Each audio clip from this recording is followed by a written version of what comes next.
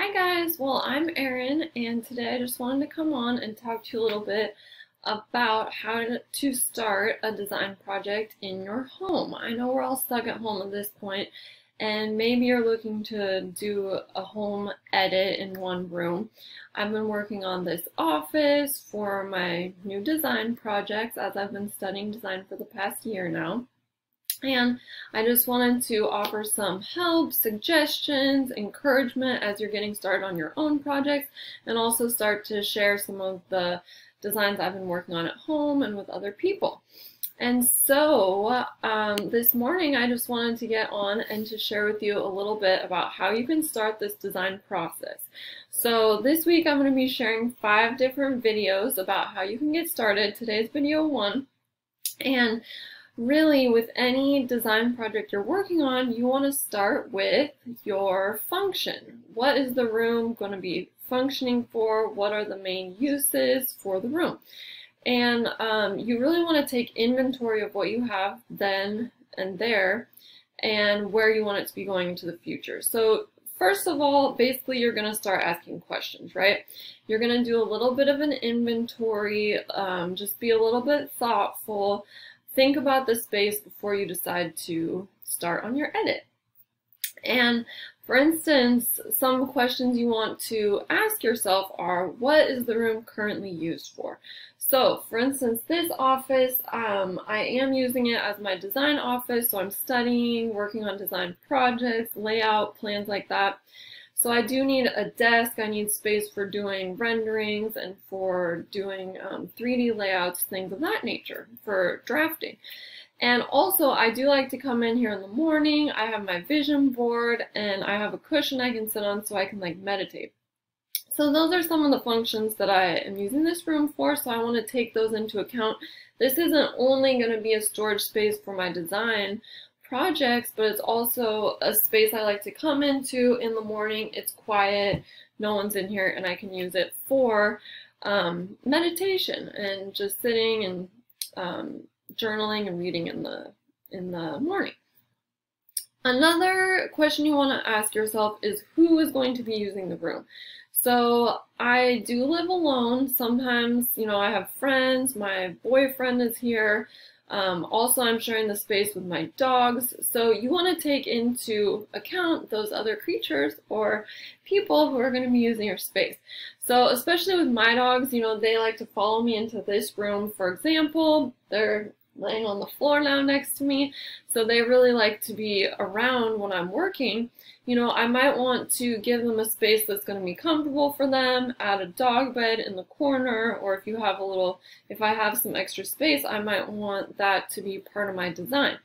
So whoever's using your space, whether it's you, your partner, or you have kids, if you are, how many people do you like to have come over? If it's going to be a space for entertaining, how many seats do you need to have? How many dining room places do you need to have to be able to entertain for those people? We might not be doing it right now, but it is going to be the holidays soon, right?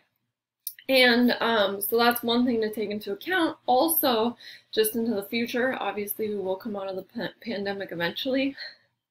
And you want to design a space you're going to be able to use for years into the future. So how much seating do you need? How many people are going to be sitting on the couch next to each other? Are you going to play games on the couch?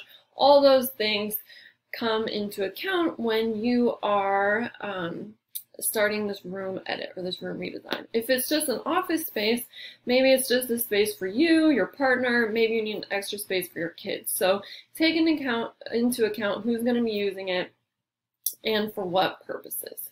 Now, this is more going to the architectural features of the space, but some things you can start to ask yourself in the beginning are, what do I like about the room? What are some of the great features? What are some of the features that you want to highlight or play up a little bit in the space? So for instance, this room I really love. It has a south-facing window.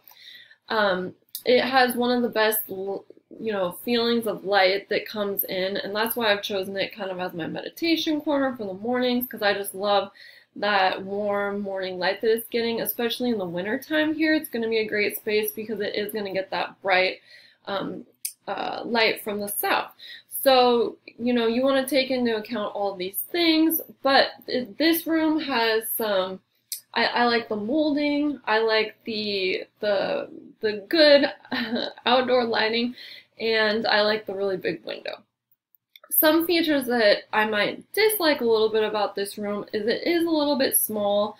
That's okay, it's just a design office. Whether you're working with a bedroom, a kid's room, an office, you know, we're all being a little creative right now with our spaces.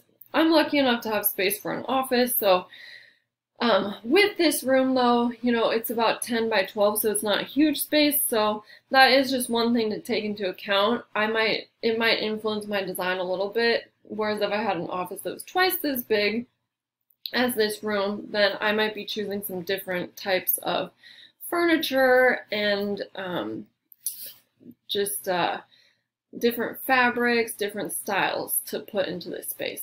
So, other things you might dislike about a room, for instance, downstairs, some of the architectural features that are a little bit different from my living room is I have a fireplace, but it's in the corner, so it's not really centered in the room. And that's one thing that you're looking for. You're going to look for a focal point, some interesting space, maybe an accent wall that you want to add, something that draws people in and is really the attention getter in the room. So, you know, when you're looking at your space, just keep that in mind. If there are things that are off about it, that's what you're going to take into account with your design. You can play up and highlight those great features and downplay and start to camouflage some of the features you don't like as much. So that is the great thing about design. You can be really creative with it, and you can, of course, change features, add some architectural features if you don't like what you have. But you can also play up the good features and kind of, you know, either hide or do something else with the ones that you're not as excited about. So, some other things to take into account when you're doing this initial inventory of your room. Where are the electrical outlets? In an office space like this, you know, I need a lot of electrical outlets to plug in my laptop, my phone, my lamp here on the table, and so with that you want to take into account, take a note of where you have your electrical outlets to make sure they can help serve the function, either plugging in lamps, plugging in any electrical devices that you might be using.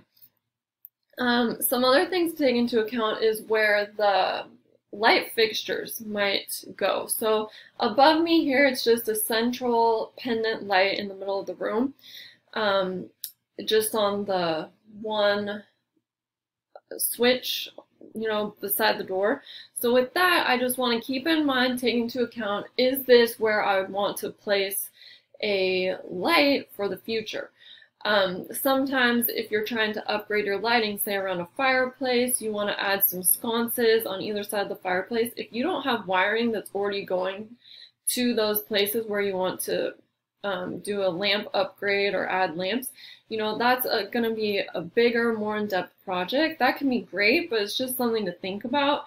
With this, if I want to add a chandelier, which I'm probably going to be doing in this office, I don't really need to change the location of where the electrical wiring is going to. I can simply pull off the pendant light. Maybe there's going to be a bit of a hole where the sheetrock is, but it shouldn't be that big of a deal because I'm not going to need to rewire the space, take out any of the wall, just to get to those electrical lines. So that part is good. Let's see, another thing to take into account, maybe you have started working on your design already, maybe you just have a certain dilemma. You're not sure how to work with an uneven ceiling, or you're not sure how to work with, you know, an off-centered space, a small space. My dining room space, for instance, is pretty small. It's a little bit of a, you know, alcove nook area, but it doesn't have space for a lot of seating and for a lot of people. And so that's one thing that could be a dilemma in your designs is, you know, maybe the square footage isn't enough, maybe the windows aren't centered where you would like to have a focal point, you know, or place your furniture around a main window that looks outside.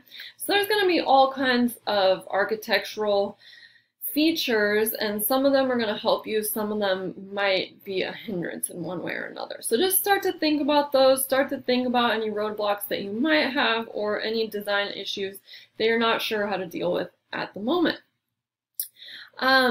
And yeah, those are basically the main things to start thinking about. You know, one thing I've done in this room and in my living room, because I'm also working on a living room edit, is to place a room use inventory on the wall. And that can be great, especially if multiple people are using the space, is to kind of take an inventory, just put it up on the wall, put the main uses that you think the room is being used for. For instance, in here I have meditation, desk work, other, and I also added how many times the dogs are following me in here so I can get a feel.